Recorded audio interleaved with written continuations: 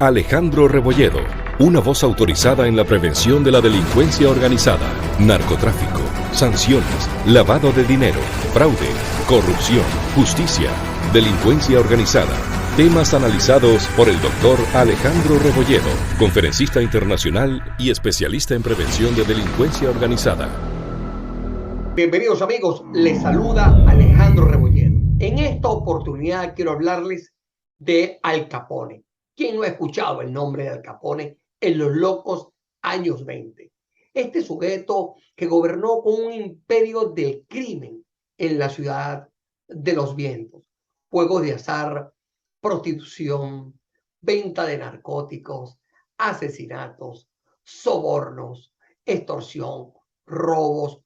Todo que tuviera que ver con el crimen y sobre todo el crimen organizado estaba el nombre de Al Capone. Pero parecía que gozaba de una cierta protección. Parecía que era intocable por parte de la policía seguirle a Al Capone todo un proceso para llevarlo a los tribunales por sus múltiples delitos. Se necesitaba un delito federal para sostener un caso y tener las pruebas necesarias con respecto a este sujeto. Eventualmente, por supuesto que la policía sabía que ese día llegaría, el día de poder procesar y condenar a Al Capone. Al Capone fue un sujeto que nació en una familia de inmigrantes en Brooklyn, Nueva York, y en enero de 1899 fue, digamos, el día que este sujeto nació. Al Capone abandonó la escuela después del sexto grado y se asoció con una figura notoria, con una pandilla notoria callejera, pero hay un nombre que hay que llevar siempre, tomarlo en cuenta, quién fue el que inició Al Capone en estas lides del crimen en las calles. Johnny Torrio era ese líder de la pandilla callejera y entre los miembros estaba nada más y nada menos que el famoso Lucky Luciano, que después tuvo toda una historia relevante. Fue el gran gerente de la mafia Lucky Luciano. Fíjense, alrededor de 1920, esos famosos y locos años 20, por invitación de Torrio, Capone logra penetrar en una de esas pandillas en Chicago, donde se había convertido en una figura, en un lugarteniente influyente en toda la mafia.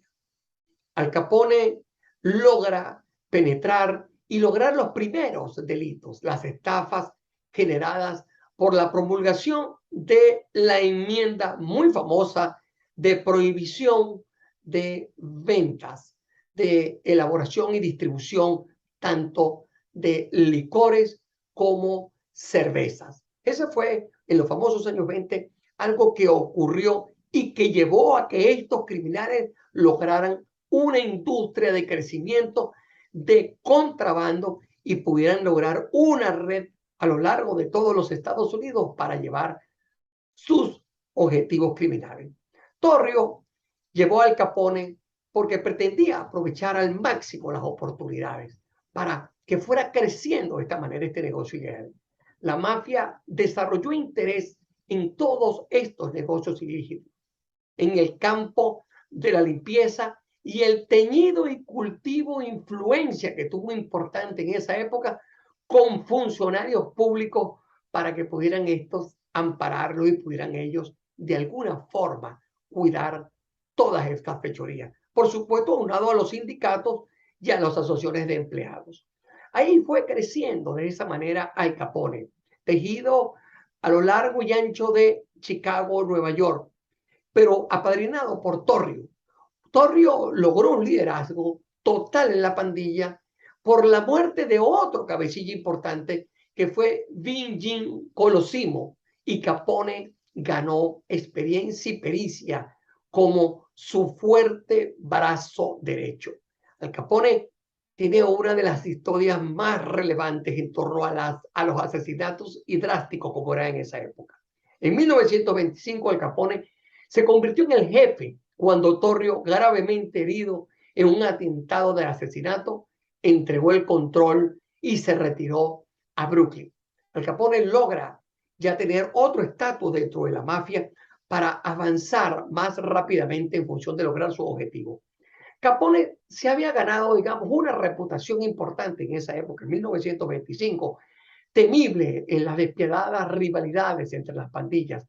Eran problemas entre pandillas por liderazgos de zonas. En esa época es importante destacar que luchaban por adquirir y conservar los derechos de extorsión. De alguna manera buscaban tener en varias áreas de Chicago. De esa manera se reunían y como decían en alguna época, la cosca, se dividían estos núcleos. Esa reputación creció a medida que las bandas rivales fueron eliminadas. Al Capone logró alcanzar un liderazgo importante cuando fue eliminando muchas de estas bandas o anulaba esas bandas, y en un suburbio se convirtió en un feudo importante para la mafia de Capone. En esa parte de la mafia donde él logra ya tener un cierto liderazgo importante con todos estos delitos y sobre todo en el tema de licores que se extendieron a lo largo y ancho, hay un tema relevante que es la masacre del día de San Valentín, el 14 de febrero de 1929. Podría considerarse como la violencia culminante de la era de las pandillas. Esa fecha realmente relevante de las pandillas de Chicago, ya que 7 miembros o asociados de la mafia, lamentablemente Bugs, Moran, fueron ametrallados contra todo lo que tuvo que ver en relación a una pared también de garaje de rivales. Fue en unos videos famosos ese acribillamiento de estos sujetos que se hacían pasar por policías. La masacre generalmente se atribuyó, es importante destacar eso, a la mafia de Capone. Estos sujetos, aunque después el propio Capone, que estaba en Florida, negaba pues una situación de ese tipo. El aspecto donde el FBI se involucra en relación a la lucha para convertir a Capone, la jurisdicción de la investigación, de la oficina de investigación, el FBI le seguía los pasos, pero necesitaban un caso contundente durante esa década, la década de 1920 y los principios de 1930. Era muy limitada porque no era lo que se tenía con respecto a las guerras, a las pandillas y las guerras en las depreciaciones que se tenían con respecto a la zona. Eran, digamos, una oportunidad distinta porque no estaban dentro de toda la autoridad la capacidad para combatirlas, porque hubo un cambio después de legislación muy importante con respecto a los alcances de la Oficina de Investigación por parte del FBI. Ahora, Al Capone surge en una renuencia de comparecer ante un gran jurado. Comienzan estos procesos con Al Capone, la posibilidad de asistir a un gran jurado. Y digamos que hay una fecha emblemática, el 12 de marzo de 1929. En respuesta a una situación, Al Capone se oponía a resistirse y a entrar a esa audiencia. El 11 de marzo, sus abogados solicitaron formalmente el aplazamiento de su comparecencia, presentando una declaración jurada donde se establecía que el propio Capone tenía una fecha de médico, fechada con relación al mismo mes de marzo. Capone se atribuía todas esas artimañas para tratar de evadir la justicia de manera permanente. Había estado sufriendo de neumonía Capone en esa época. Ya su salud empezaba a mermar en relación a todo este tipo de actividades. Estaba en Miami con esa, digamos, neumonía y había estado en cama del 13 de enero al 23 de febrero, que sería peligroso para la salud de este sujeto. No olvidemos, pues, que Capone tenía una serie de situaciones médicas que le permitían limitarse en razón a su desplazamiento de manera permanente.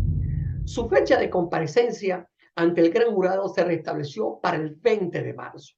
Estas fechas son importantes para seguir cronológicamente cómo fue la caída de este gran capo de la mafia. A pedido de la oficina del fiscal federal, de los agentes de la oficina de investigación, este sujeto, obtuvieron declaraciones en el sentido que era importante establecer que Capone había asistido a hipódromos y había asistido en el área precisamente de esos hipódromos, en la área de Miami, que había hecho un viaje en avión a Bimini y crucero a Nassau. ¿Por qué la relevancia de todo este tipo de circunstancias? Porque siendo entrevistado en la oficina del procurador, nada más y nada menos del condado de Dade, asimismo en Florida, y que había aparecido en buenas condiciones de salud en cada una de esas ocasiones. Por lo tanto, se sabían de las artimañas en que hacían los abogados y Capone para evadir la justicia que se les perseguía tanto en Chicago como en Nueva York. Con respecto al arresto y las condenas, Capone compareció ante el gran jurado federal, que era lo que se buscaba en Chicago el 20 de marzo de 1929. Se buscaba una gran investigación federal con pruebas contundentes. Completó un testimonio el 27 de marzo después de su comparecencia. Al salir de la sala del tribunal, fue arrestado por agentes por desacato al tribunal. Este aspecto relevante de la vida de Capone era un delito por el cual la pena podría ser incluso de 1 año de prisión, algo sorprendente para ese momento, y una multa de hasta $1,000. Pagó una fianza de $5,000 y fue puesto en libertad. Pero ya el FBI y los agentes estaban detrás de él. Hay otra fecha relevante. El 17 de mayo de 1929, Al Capone y su guardaespaldas fueron arrestados en Filadelfia por portar armas letales ocultas. Hasta este momento, Al Capone había hecho las 1,000 fechorías, pero ya cada vez se acercaba más su fecha final. En 16 horas había sido condenado a penas de 1 año cada uno, tanto su guardaespaldas como este famoso criminal Al Capone. Capone cumplió su condena y fue liberado en 9 meses por buena conducta, algo que parecía increíble para un sujeto como este de una conducta tan drástica y relevante. El 17 de marzo de 1930 es donde a partir de esa fecha comienza ya una declaración donde Capone fue declarado en 1931 culpable en un tribunal federal por el cargo de desacato al tribunal y fue sentenciado nada más y nada menos a 6 meses en la cárcel. Estos vaivenes y salir de la cárcel, entrar a la cárcel con respecto a Al Capone, lo llevaron ya a las autoridades tener todo un camino. Fíjense que él apeló por ese cargo y fue posteriormente desestimada su apelación, ya que los abogados trataban de llevar todo un camino en relación a eso. Pero el Departamento del Tesoro, que es aquí donde llega su talón de Aquiles, había estado desarrollando una evidencia sobre cargos de evasión de impuestos. Es allí donde, increíblemente, a pesar de todos los crímenes que había cometido Al Capone, siempre todo el mundo se pregunta con la historia de Al Capone, pero increíblemente Al Capone fue sentenciado por evasión de impuestos, a pesar de todos sus crímenes. El 16 de junio de 1931, Al Capone se declaró culpable de los cargos de evasión fiscal y prohibición, algo que para la época, pero hoy día se sigue en la persecución por este tipo de delito. Luego se jactó ante la prensa de que había llegado a un acuerdo por una sentencia de 2 años y medio por evasión fiscal con respecto a lo que el Departamento del Tesoro venía siguiendo.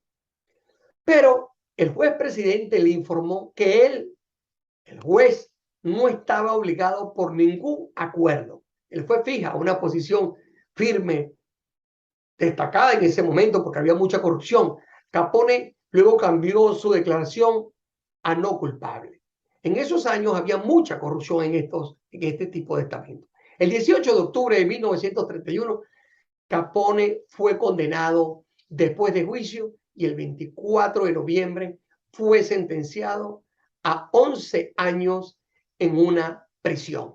Por supuesto que fue en una prisión federal. En este tema, estos delitos, estos crímenes de evasión de impuestos. Fue multado también por $50,000 y cobrado $7,692 por costos judiciales, además de más de $200,000 por intereses endeudados por todos los impuestos atrasados que también se le había llevado a Al Capone.